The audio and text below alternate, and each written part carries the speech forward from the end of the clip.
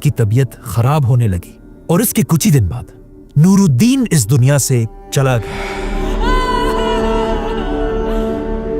और वो फलस्तीन फतह करने का अपना ख्वाब पूरा नहीं कर सका।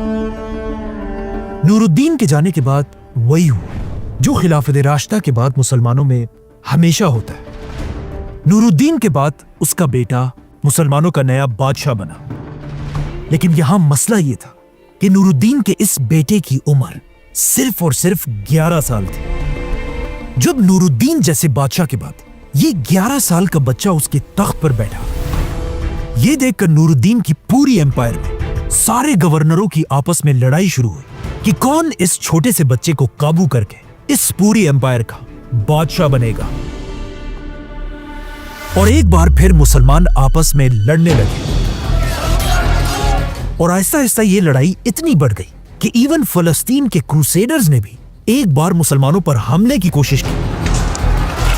अब जब मुसलमानों के हालात इतने खराब थे, ये देखकर नूरुद्दीन की बीवी इस्मत खातून को समझ आई कि अगर ऐसा ही चलता रहा तो सुल्तान नूरुद्दीन का फलस्तीन को फतह करने का ख्वाब कभी पूरा नहीं हो सकेगा।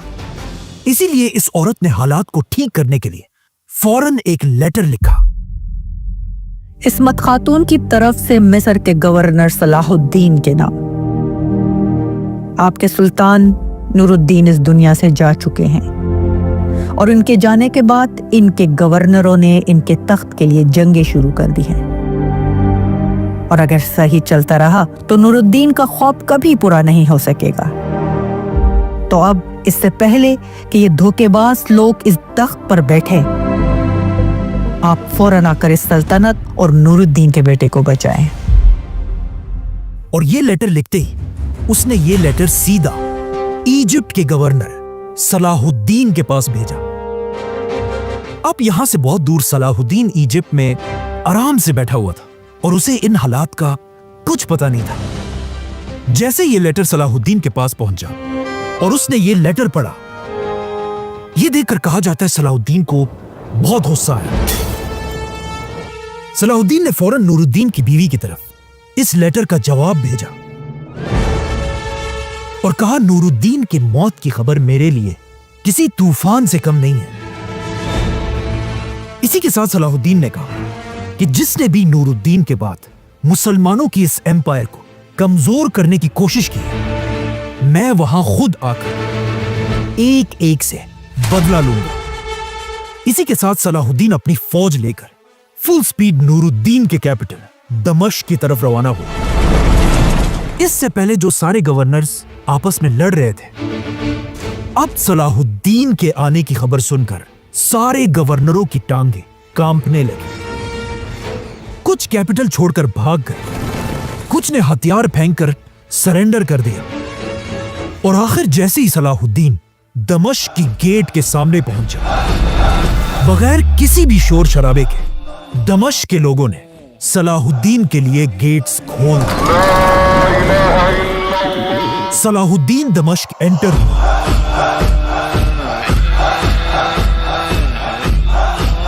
और इस तरह सलाहुद्दीन एक कतरा भी खून का बहाए बगैर सिर्फ 37 साल की एज में पूरी दुनिया का सबसे ताकतवर बादशाह बना। इस तरह इस पूरे इलाके का कंट्रोल सलाहुद्दीन अय्यूबी के हाथ में आया। इवन मक्का और मदीना भी सलाहुद्दीन के कंट्रोल में थे। अब जब यहां सलाहुद्दीन सुल्तान बना, क्रूसेडर्स ने सलाहुद्दीन अय्यूबी के साथ एक एग्रीमेंट की कि आने वाले कई सालों तक मुसलमान और क्रिश्चियंस एक दूसरे पर हमला नहीं करेंगे। अब सलाहुद्दीन चाहता तो ये एग्रीमेंट फाड़कर जेरूसलम पर इसी वक्त हमला कर सकता था, क्योंकि सलाहुद्दीन को अच्छी तरह पता था कि जेरूसलम क्रिश्चियंस की सबसे होली सिटी है और वो इसे डिफेंड करने के लिए अपने खून के आखिरी कतरे तक लड़ेंगे। इसीलिए सलाहुद्दीन ने ये एग्रीमेंट साइन कर ली और जेरूसलम पर हमले से पहले सलाहुद्दीन ने अपना रुख मुसलमानों की तरफ किया कि वो मुसलमानों की आपस की जंगें खत्म करके मुसलमानों को यूनाइट कर सके। जिसके बाद सलाहुद्दीन की फौजें हर तरफ फैल गई और एक के बाद एक किला फतह करने लगी।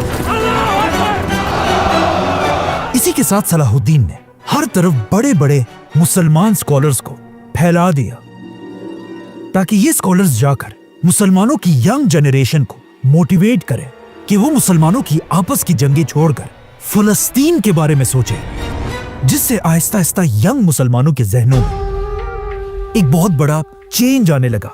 और कहा जाता है आहिस्ता आहिस्ता सलाहुद्दीन की वजह से मुसलमान दुनिया में एक वक्त ऐसा भी आया कि हर मुसलमान की जबान पर सिर्फ 2 ही वर्ड्स थे, जेरूसलम और जंग।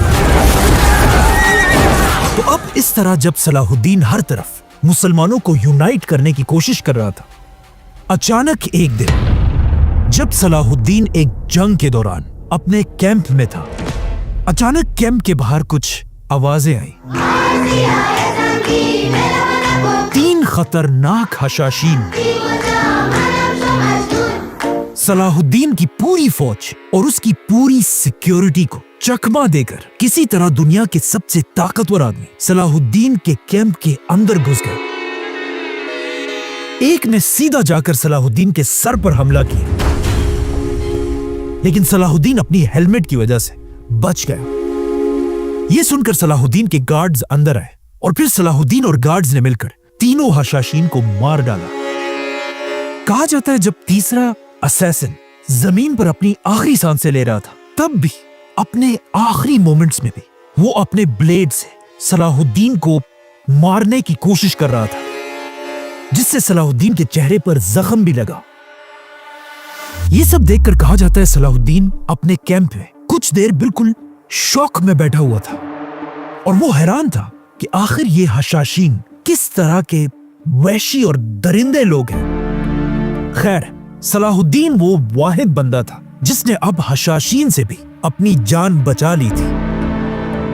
ये वाकया सलाहुद्दीन के लिए बहुत ही शॉकिंग था, इसीलिए सलाहुद्दीन ने अपनी पूरी सिक्योरिटी बदल दी और इस वाकये के बाद अपनी पूरी फौज का रुख इन हशाशीन के हेडक्वार्टर्स की तरफ किया और सलाहुद्दीन हशाशीन के बड़े बड़े किलों को गिराने लगा। सलाहुद्दीन ने हजारों हशाशीन को मार डाला, लेकिन फिर भी सलाहुद्दीन इन्हें दुनिया से खत्म नहीं कर सका। आखिर इन हशाशीन को आगे जाकर दुनिया के एक बहुत बड़े बादशाह ने हमेशा के लिए खत्म कर दिया, और वो इसलिए क्योंकि ये बादशाह इन हशाशीन से भी ज्यादा वहशी था और इसका नाम था चंगेज खान। अब आखिर सलाहुद्दीन के पास इतनी ताकत आ चुकी थी कि वो बिल्कुल तैयार था कि वो फलस्तीन पर हमला करे और 400 साल बाद फलस्तीन को उसी तरह फतह करे जिस तरह खलीफा उमर बिन खत्ताब ने फतह किया था। तो अब सलाहुद्दीन सिर्फ एक बहाने और मौके का इंतजार कर रहा था और आखिर ऐसा ही हुआ। एक बहुत बड़ा काफिला मुसलमानों के कैपिटल दमिश्क से हज करने के लिए मक्का की तरफ जा रहा था, लेकिन जैसे ये काफिला फलस्तीन पहुंचा, इस काफिले पर एक बहुत ही जालिम बादशाह ने हमला कर दिया, काफिले का सारा माल लूट लिया और काफिले के लोगों को टॉर्चर करने लगा, यहां तक कि उसने औरतों को भी नहीं छोड़ा।